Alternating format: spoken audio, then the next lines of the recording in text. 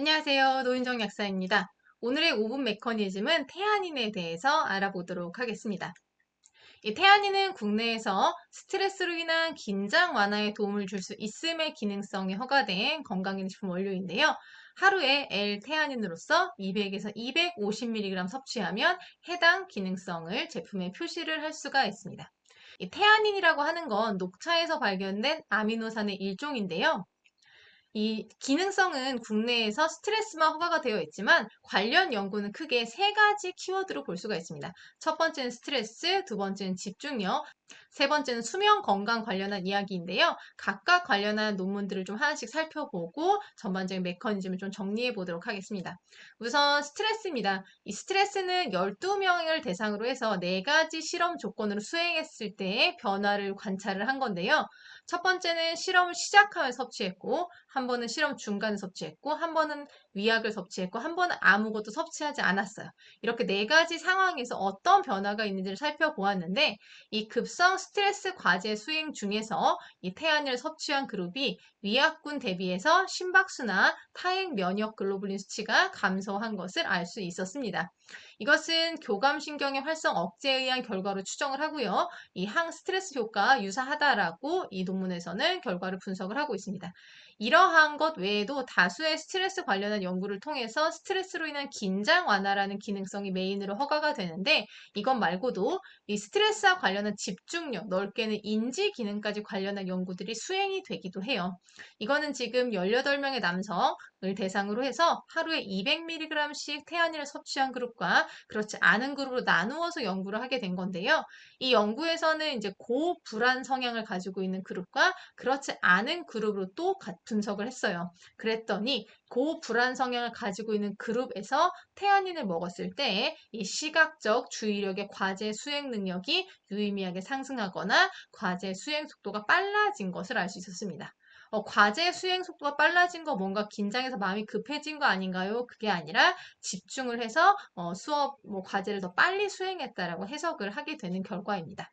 그리고 여기는 지금 태아닌을 섭취하고 이런 것들이 얼마 후에 나타나는지도 분석을 해 놓았는데요.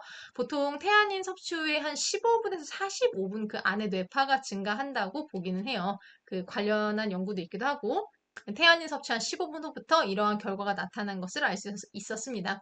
심박수가 감소한 것도 있고 뇌파 중에 이제 이완 상태와 관련한 알파파가 증가한 것도 있고요. 이 마지막은 수면 건강인데요. 이 수면은 꼭 스트레스가 아니어도 활용을 하실 수가 있으세요.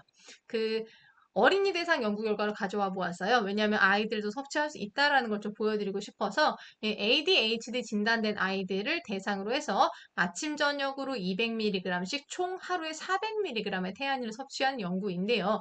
이 액티그라피라 그래서 손목 활동 기록계라고 여기 차고 자는 거 이거를 차고 자면서 섭취하고 난 후 그리고 섭취 전하고의 한 5일 연속을 비교를 한 건데요. 그랬더니 섭취군의 수면 효율이 증가한 것, 좀 더 푹 자고 수면적인 활동량이 감소한 것을 알 수가 있었어요. 그러나 수면을 드는데 걸리는 시간이나 총 수면 시간이 변화가 된 것은 없었습니다. 즉 수면 건강 관련해서 어떤 질적인 거에 고민이 있으신 분들 같은 경우에는 태아닌을 활용하실 수가 있다라고 볼 수 있겠습니다. 이러한 결과가 나타나는 것은 어떠한 과정을 통해서 나타나는 것인가? 가장 주된 거는요, 이 태아닌이라고 하는 것이 글루탐산과 구조가 화학적으로 유사합니다. 그래서 이 글루탐산이 글루타메이트 수용체에 결합하는 것을 방해함으로 인해서 흥분성 신경 전달 물질의 작용을 억제하는 것이 가장 주된 작용이고요. 그런 과정 속에서 이 가바의 작용을 상대적으로 우세하게 만들기도 하고 혹은 가바 A 수용체에 작용해서 가바의 합성을 조금 더 증가하는 데 기여한다는 일부 연구가 있기도 합니다. 그리고 도파민과 세로토닌의 균형을 조절함으로 인해서 전반적으로 이 알파파라고 하는 이완에 유도를 하는 뇌파를 증가시킴으로 인해서 스트레스로 인한 긴장 반응이 완화가 돼요.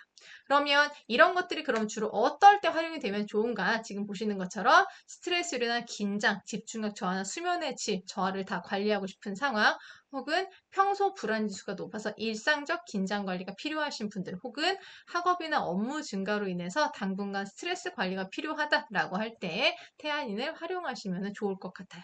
메커니즘 그림 한 번만 더 다시 거꾸로 보게 되면 이러한 과정을 통해서 알파파가 증가함으로 인해서 스트레스로 인한 긴장이 완화된다라는 것 기억을 하고 오늘은 여기까지 마치도록 하겠습니다. 다음에 다른 주제로 또 뵙도록 할게요. 감사합니다.